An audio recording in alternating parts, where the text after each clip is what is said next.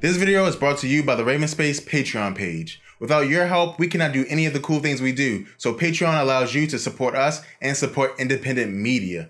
And when you support us, we support you by giving you early access to videos, special giveaways, and even Ravens tickets. So check out the Raven Space Patreon and support today. Welcome to the Raven Space on YouTube. My name is Jason, and this is Raven Space Mailbag, where we answer your questions about the Baltimore Ravens. Thank you guys so much for joining me today. This is my favorite show because I get to talk to you guys and answer your questions. So please send your questions to mailbag@theravenspace.com, and we're going to hop right in. Before we start, please subscribe for the best Baltimore Ravens content on the internet, and a special shout out to our Patreon subscribers, because without you guys, none of this is possible.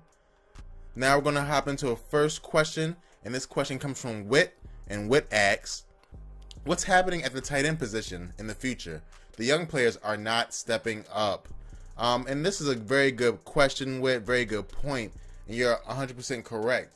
The young players are not stepping up, and I don't know why. I really thought Nick Boyer was going to come in and really perform well. I really did. He is performing well blocking, but you know, in order to be a tight end, especially in the league is today, you have to be able to go and catch passes, preferably up the field, like some of the best tight ends, like a Travis Kelce or Rob Gronkowski do. I'm sorry. So it's important that they improve. Max Williams, though I'm not a big fan of Max, I thought that his explosiveness could be helpful, but we haven't seen that in the regular season, and he's just got an injury.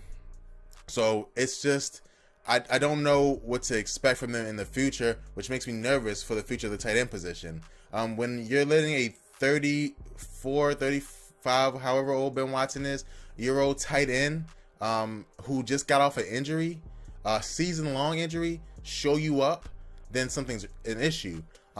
It's just, you're faster, you're stronger than him, so you got to start making things happen. And I know the physicals aren't the only thing that matter, but something has to happen, in my opinion, because they need to step up, because I don't think Ben Watson will be here next year. So what's going to happen?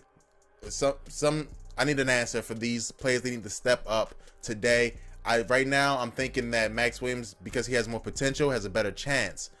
But I just don't see either of them right now being that number one that the Ravens want and need. So we're going to move on to the next question. The next question comes from Mr. Johnson, and Mr. Johnson asks, why is Perriman struggling so much? He looked so good last season.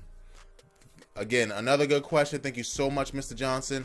And the answer is because he can't catch. I mean, he can't catch the ball. And when you can't catch the ball, you're going to struggle. And that's what we see coming from him. I truly do think that he is physically talented. We all think that. But you got to be able to run routes, and you got to be able to catch the ball. And again, this goes back to the tight end thing. That's what Ben Watson does better than our young tight ends. He runs better routes, and he catches the ball. But Perriman has to learn how to run the routes. And when the routes are finally run, because he's not a terrible route runner. He runs routes effectively most times, but when the ball is there, you gotta catch the ball. And I mean, these are some of the worst catches I've ever seen, where there's no one around him and the ball just hits his hands and just falls to the ground. And it's like, man, you have to have better concentration than that. You have to have better fundamentals than that, and you have to put it all together, and he's just not doing that. It's sad and it sucks, because he's one of my favorite players, but because of his potential and his speed, he has a chance to become a good receiver in the NFL, a #1 receiver, but he's just not showing it. And the Ravens are going to be tired of giving him chances after chance after chance, especially if he's not coming through and doing well. So I don't know what to tell you guys. I'm losing faith in him. I don't want to call him a bust, because I don't believe in calling players a bust so early. He's only played 2 seasons in the NFL, and 1 season was an injured season. So I just don't know, but I am losing confidence in him and his ability to become a good receiver in the NFL. So thank you so much for your question. We're going to move on to the next question, and this question comes from Kirk, and Kirk asks, other than Terrell Suggs, who can be a Hall of Famer on the Ravens? Thank you so much for this question, Kirk, and I'm going to say Marshall Yonder. Marshall Yonder can be a Hall of Famer. He hopefully will be a Hall of Famer. Even though he's been one of the best guards in football, he's made the Pro Bowl 6 times. I just don't know how the rest of the NFL feels about voting in offensive linemen, especially from this era where it's not as much run defense as it is pass defense. It's not as much run blocking as it is pass blocking. So I don't know how their voters are going to feel about this. I hope he will be, and I think he will be. Now, another interesting thing to talk about is Joe Flacco. And why is Joe Flacco interesting? Because he's very similar to Eli Manning. If Eli Manning makes it into the Hall of Fame and Joe Flacco can win another Super Bowl, then Joe Flacco should make it to the Hall of Fame. Because they're very similar. They are very average, in my opinion, in the regular season. And then the postseason, they both play well. And I think that if Eli makes it, then you have a very good argument. If Joe can win one more Super Bowl, then you have a very good argument that Joe should make it. I think that's interesting. And then, of course, on defense, you have a bevy of players that have the potential to make it to the Hall of Fame. C.J. Mosley, if he plays well for the rest of his career, has the potential. Eric Weddle, again, because he's so likable, has that potential. When you're likable, you have a chance, right? Even, Terrell Owens is a player that people don't like, so he's not in the Hall of Fame when he clearly deserves it. So if you're likable, you have a chance. And I think Eric Weddle has a chance. If he plays well for another 4 years, he has a chance. So that's my answer on that question. Let me know what you guys think in the comments below. Do the Ravens have any other Hall of Famers other than Terrell Suggs on their team right now?